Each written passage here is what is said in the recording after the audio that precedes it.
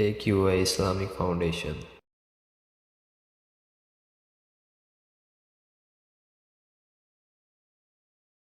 اعوذ باللہ من الشیطان الرجیم بسم اللہ الرحمن الرحیم۔ تعلیمی درس قرآن سبق نمبر 1۔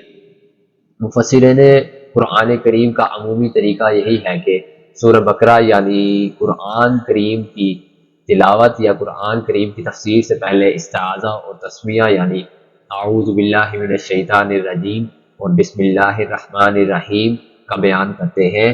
ہم بھی پہلے استعاذہ کا بیان کرتے ہیں۔ قرآن کریم کو پڑھنے اور سننے کے آداب میں استعاذہ کا حکم دیا گیا۔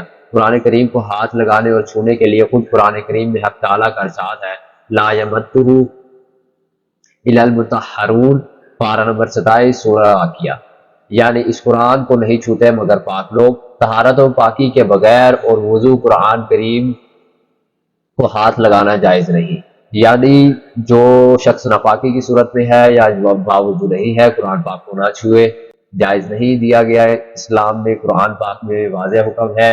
اور اسی طرح جب یہ کلام پڑھا جائے تو اس کے سننے کا احترام یہ بتایا گیا کہ وَإِذْ قُرِئَ الْقُرْآنُ فَاسْتَمِعُوا لَهُ وَأَنصِتُوا لَعَلَّكُمْ تُرْحَمُونَ، پارہ نمبر 9 سورہ اعراف، یعنی جب قرآن پڑھا جائے تو اس کی طرف کان لگائے رہو اور خاموش رہا کرو تاکہ تم پر رحمت کی جائے۔ اسی طرح تلاوت قرآن کے آداب میں سے ایک ادب قرآن کریم میں فرمایا گیا، پارہ نمبر 14 سورہ نحل کی آیت کا ترجمہ ہے، یعنی جب آپ قرآن پڑھنے لگے تو شیطان مردود کے شر سے اللہ کی پناہ مانگ لیا کریں، یعنی اس آیت میں استعاذہ کا حکم دیا گیا تھا۔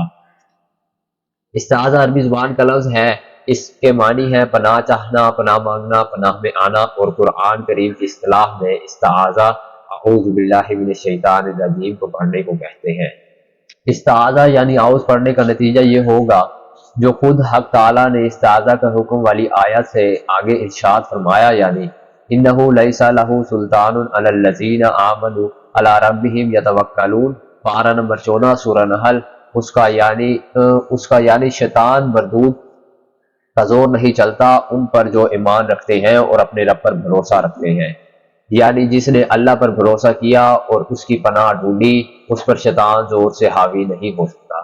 تو استعاذہ یعنی اعوذ پڑھنے کی اہمیت سے یہ معلوم ہوا کہ تلاوت قرآن کے علاوہ بھی جب بھی کسی نیکی کے کام میں شروعات کرے تو استعاذہ کا استعمال ضرور کرے۔ استعاذہ کے 5 فوائد بتائے گئے ہیں کہ دین و ہدایت پر استقامت نصیب ہوتی ہے، اور شیطان مردود کے شر اور تکالیف سے بچاؤ نصیب ہوتا ہے، اللہ تعالیٰ کی حفاظت کے مضبوط قلعہ اور مقام قرب میں داخلہ نصیب ہوتا ہے، پیغمبروں، صدیقوں، شہیدوں اور صالحین کے ساتھ مقام امن تک رسائی نصیب ہوتی ہے، مالک زمین و آسمان کی مدد کا حاصل ہونا بھی بیان کیا گیا۔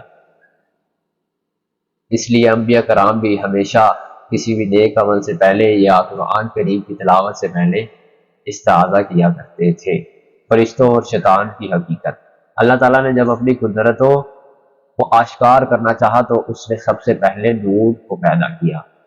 اس نور سے مستقل مخلوق فرشتوں کی تخلیق ہوئی۔ نورانیت کے سبب یہ فرشتے طبع و اطاعت، شعار اور عبادت گزار پیدا ہوئے۔ غرور اور تکبر کے بجائے ان پر خوف و خشیت کا غلبہ طاری رہا، اس لیے یہ ہر وقت اللہ جل شانہ سے خائف رہتے ہیں اور انہیں بارگاہ رب العزت سے جو حکم بھی ملتا ہے اسے بلا تاخیر اور بلا چون اور چرا فوراً بجا لاتے ہیں، اور دن رات اللہ کی عبادت میں مصروف رہتے ہیں۔ فرشتوں کے بعد دوسری مستقل مخلوق پیدا کی گئی وہ جن ہیں، اور ان کی تخلیق آگ سے ہوئی، جیسے کہ قرآن کریم میں بتایا گیا کہ فرشتوں کی طرح جنات بھی عام انسانی آبادی کی طرح نظر نہیں آتے، لیکن قرآن کریم اور احادیث نبوی میں جو تصریحات اس مخلوق کے متعلق موجود ہیں، اس بنا پر ہمارا اعتقاد یقین ہونا چاہیے کہ جنات بھی انسان کی طرح مستقل مخلوق ہیں، اور یہ بھی شریعت کے مکلف ہیں اور ان میں بھی موت و پیدائش کا سلسلہ رہتا ہے، اور ان میں بھی نیک و بد، کافر و مسلم ہیں۔ چونکہ ان کی خلقت آگ سے ہے اس لیے ان کی طبیعت میں بڑی تیزی پائی جاتی ہے۔ حضرت آدم علیہ السلام کی پیدائش سے کئی ہزار برس پہلے جنات زمین میں آباد تھے۔ آسمان پر بھی آتے جاتے تھے۔ جب جنات نے آپس میں زمین پر فتنہ و فساد اور خون ریزی پھیلائی تو فرشتوں کو حکم ہوا کہ جنات کو زمین کے اوپر سے دور کر دیا جائے تاکہ زمین ان کی آلودگی سے پاک ہو جائے۔ چنانچہ فرشتوں نے زمین پر آ کر بہت سے جنات کو قتل کیا اور بہتوں کو پہاڑوں اور جزیروں اور سمندروں میں دھکیل دیا۔ انہی جنات میں سے ایک ابلیس تھا جس کا نام عزازیل تھا۔ یہ بڑا عالم، فاضل اور عبادت گزار تھا۔ شیطان کا کام یہ ہے کہ رسول اللہ صلی اللہ علیہ وآلہ وسلم نے فرمایا کہ ابلیس کا تخت سمندر میں ہے۔ وہ روزانہ اپنے لشکر کی ٹکڑیاں بھیجتا رہتا ہے تاکہ وہ لوگوں کو فتنہ میں مبتلا کرے۔ جو جتنا زیادہ لوگوں میں فتنہ پھیلاتا ہے اتنا ہی زیادہ ابلیس کے نزدیک اس کا مرتبہ بلند ہوتا ہے۔ دعا کیجئے کہ اللہ تعالی ہمیں اپنی پناہ میں رکھے اور شیطان کے شر سے محفوظ رکھے۔ یا اللہ، ہم نے استعاذہ پڑھ کے آپ کے مقدس کلام کی تعلیم کا آغاز کیا ہے۔ آپ ہمیں کامیابی عطا فرمائیے اور صحیح اور نفع مند علم عطا فرمائے اور مقبول عمل کی توفیق عطا فرمائے۔ آمین۔